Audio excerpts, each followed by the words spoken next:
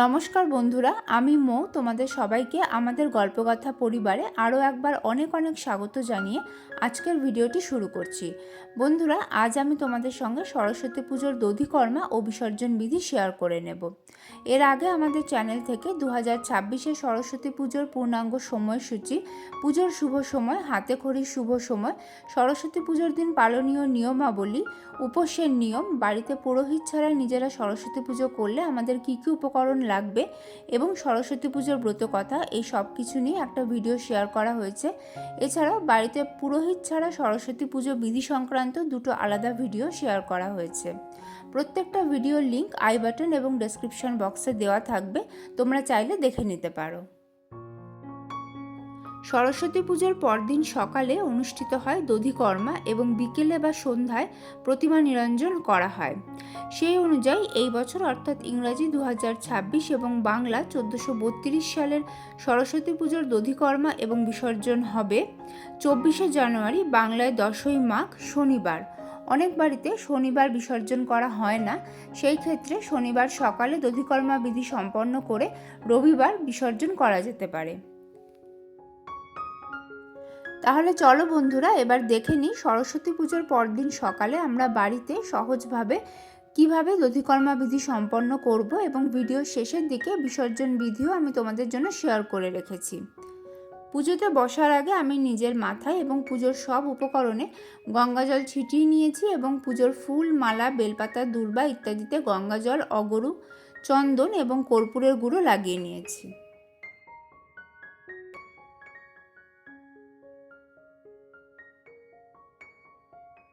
পুজোতে বসে প্রথমেই আমি আচমন এবং বিষ্ণু স্মরণ করে নেব। হাতে সামান্য গঙ্গাজল নিয়ে নিয়েছি। নম বিষ্ণু, নম বিষ্ণু, নম বিষ্ণু। ওং অপবিত্র পবিত্র বা সর্বাবস্থাঙ্গত পিবা যশ্বরেত পুণ্ডরীকাক্ষং সবাহ্য অভ্যন্তর সূচি, নম সূচি, নম সূচি, নম সূচি। বন্ধুরা, এই দধিকর্মার পুজো সরস্বতী পুজোর পরদিন সকালে করতে হবে। দধিকর্মার পুজো শুরু করার আগের দিন অর্থাৎ সরস্বতী পুজোর দিন মা সরস্বতীকে এবং মা সরস্বতীর ঘটে যে ফুল, মালা, বেলপাতা এবং দূর্বা নিবেদন করা হয়েছিল সেই সব কিছু সরিয়ে নিয়ে এক জায়গায় রেখে দিতে হবে। তবে ঘটের মুখে যে হলুদ সুতো দিয়ে বাঁধা দূর্বার গোছা রয়েছে সেটা খোলা যাবে না এবং ঘট সরানো বা নাড়ানো যাবে না। বসন্ত পঞ্চমীর দিন মা সরস্বতীকে পুজোর সময় যে ময়ূরের পালক, ওড়না, বস্ত্র, আলতা, সিঁদুর, শাঁখা পলা, নোয়া, মঙ্গল সামগ্রী এই সব কিছু নিবেদন করা হয়েছিল সেই সমস্ত কিছু পুজোর আসনেই রাখা থাকবে। তাছাড়া সরস্বতী ঠাকুরের কাছে যে বই, খাতা, পেন, পেন্সিল, বাদ্যযন্ত্র ইত্যাদি রাখা হয় সেগুলো এবং পুজোর আসনে যে কাঁচা দুধ ভরা মাটির দোয়াত রয়েছে সেগুলো যথাস্থানেই থাকবে। দধিকর্মার পুজো শুরু করার আগে আমি ধূপ এবং দীপ ধরিয়ে নিয়েছি। আমি এখানে তেলের প্রদীপ ধরিয়েছি, তোমরা ঘিয়ের প্রদীপও ধরাতে পারো। প্রদীপে আমি সামান্য গুঁড়ো হলুদ এবং কর্পূরের গুঁড়ো দিয়ে রেখেছি।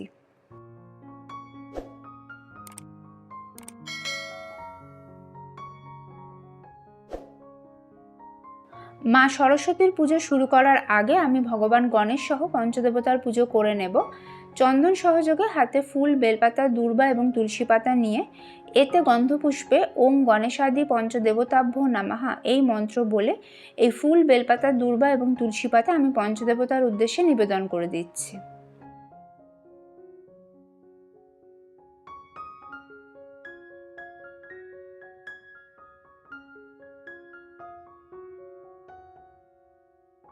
বন্ধুরা, এই প্রসঙ্গে একটুখানি বলে নিতে চাই যে এখানে আমি শুধুমাত্র ভগবান গণেশের পুজো করিনি, আমি ভগবান গণেশ সহ পঞ্চদেবতার পুজো করেছি এবং এই ভিডিওতে সেটা খুব স্পষ্টভাবে বলাও আছে এবং আমার বাকি ভিডিওগুলোতেও খুব স্পষ্ট করেই এটা বলা থাকে। আমার কিছু সাবস্ক্রাইবার বন্ধু অনেক ভিডিওতেই কমেন্ট করেন যে গণেশ ঠাকুরকে তুলসী পাতা দিতে নেই। তাদের উদ্দেশ্যে বলছি, আগে ভিডিওটা ভালো করে শুনুন, তারপরে প্লিজ কমেন্ট করবেন, কারণ এই তুলসী পাতা কিন্তু ভগবান গণেশকে দেওয়া হয় না। পঞ্চদেবতার মধ্যে ভগবান শ্রী বিষ্ণুও আছেন, তার উদ্দেশ্যে এই তুলসী পাতা নিবেদন করা হয়। এবার আমি মা সরস্বতীর স্নান বিধি সম্পন্ন করব। তার জন্য হাতে একটা পরিষ্কার শুকনো কাপড় নিয়ে নিয়েছি। এর মধ্যে প্রথমেই আমি দিয়ে দিচ্ছি কিছুটা গঙ্গা জল।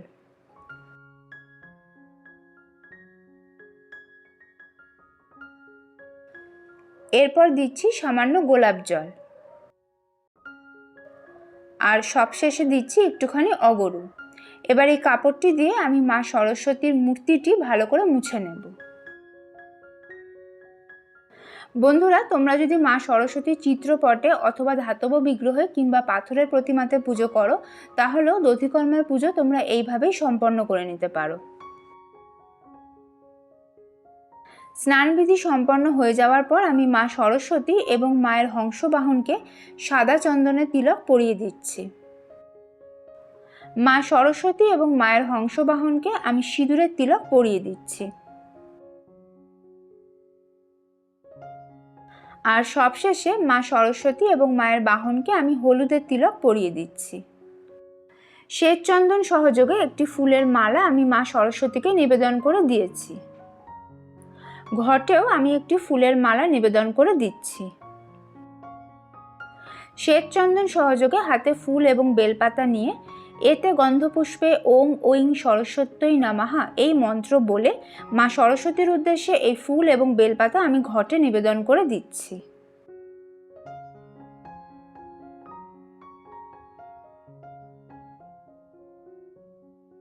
ইদং দুর্বাদলং ওং ঐং সরস্বত্যই নমঃ এই মন্ত্র বলে শ্বেত চন্দন সহযোগে হলুদ সুতো দিয়ে বাঁধা 9টি দুর্বার একটি গোছা আমি মা সরস্বতীর বাঁ হাতে নিবেদন করে দিচ্ছি।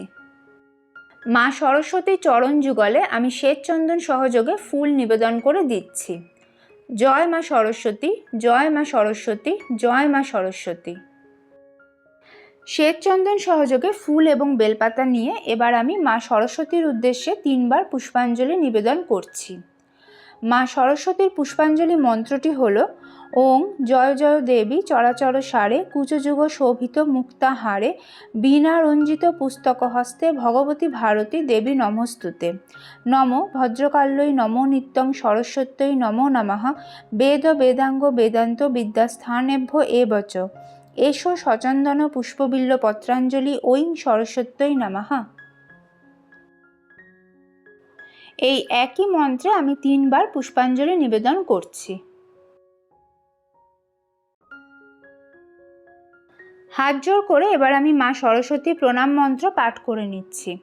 নম সরস্বতী মহাভাগে বিদ্যে কমললোচনে বিশ্বরূপে বিশালাক্ষী বিদ্যাং দেহি নমস্তুতে। জয় জয় দেবী চরাচর সারে কুচযুগ শোভিত মুক্তাহারে বীণা রঞ্জিত পুস্তক হস্তে ভগবতী ভারতী দেবী নমস্তুতে। এতে গন্ধপুষ্পে ওং হংসবাহনায় নমঃ এই মন্ত্র বলে মা সরস্বতীর বাহনের উদ্দেশ্যে আমি ফুল নিবেদন করে দিচ্ছি।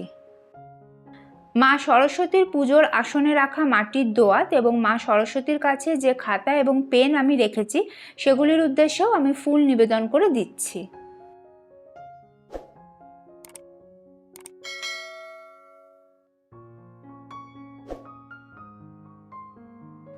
বন্ধুরা, দধিকর্মার পুজোর সময় সরস্বতী ঠাকুরের কাছে যে কাঁচা দুধ, খাগের কলম এবং জবের শীষ সহ মাটির দোয়াত রাখা থাকে, সেই খাগের কলমের সাহায্যে দোয়াতের কাঁচা দুধ দিয়ে বেলপাতার ওপর ওং সরস্বত্যই নমঃ লেখা হয়। কিভাবে এটা বেলপাতার ওপর লিখতে হবে সেটা আমি তোমাদের দেখিয়ে দিচ্ছি। সাধারণত দধিকর্মার পুজোর শেষে বিদ্যার্থীরা এটা করে থাকেন। অনেকে বসন্ত পঞ্চমীর দিন মা সরস্বতীকে নিবেদন করা বেলপাতার উপর ওং সরস্বত্যই নমঃ লিখে কিছুক্ষণ পর সেটা পাঠ্যপুস্তকের ভিতর রেখে দেয়। আবার অনেকে নতুন বেলপাতা নিয়ে তার ওপর ওং সরস্বত্যই নমঃ লিখে মায়ের উদ্দেশ্যে সেই বেলপাতা নিবেদন করে দেয়। 1টি বা 3টি বেলপাতায় এইভাবে লেখা যেতে পারে।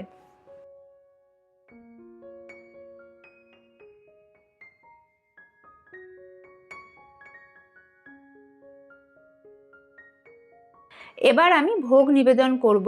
নিয়ম অনুযায়ী দধিকর্মার পুজোতে মা সরস্বতীকে দই, মিষ্টি, বাতাসা, খই বা মুরকি, চিড়ে ইত্যাদি ভোগ হিসেবে নিবেদন করা হয়।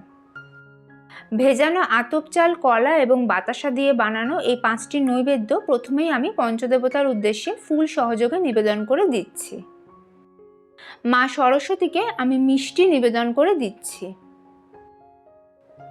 এবার আমি মা সরস্বতীকে মিষ্টি দই নিবেদন করে দিচ্ছি। মা সরস্বতীকে নিবেদন করার জন্য এই পাত্রে আমি খই, চিড়ে এবং বাতাসা নিয়ে নিয়েছি। ফুল সহযোগে মাকে আমি এগুলি নিবেদন করে দেব।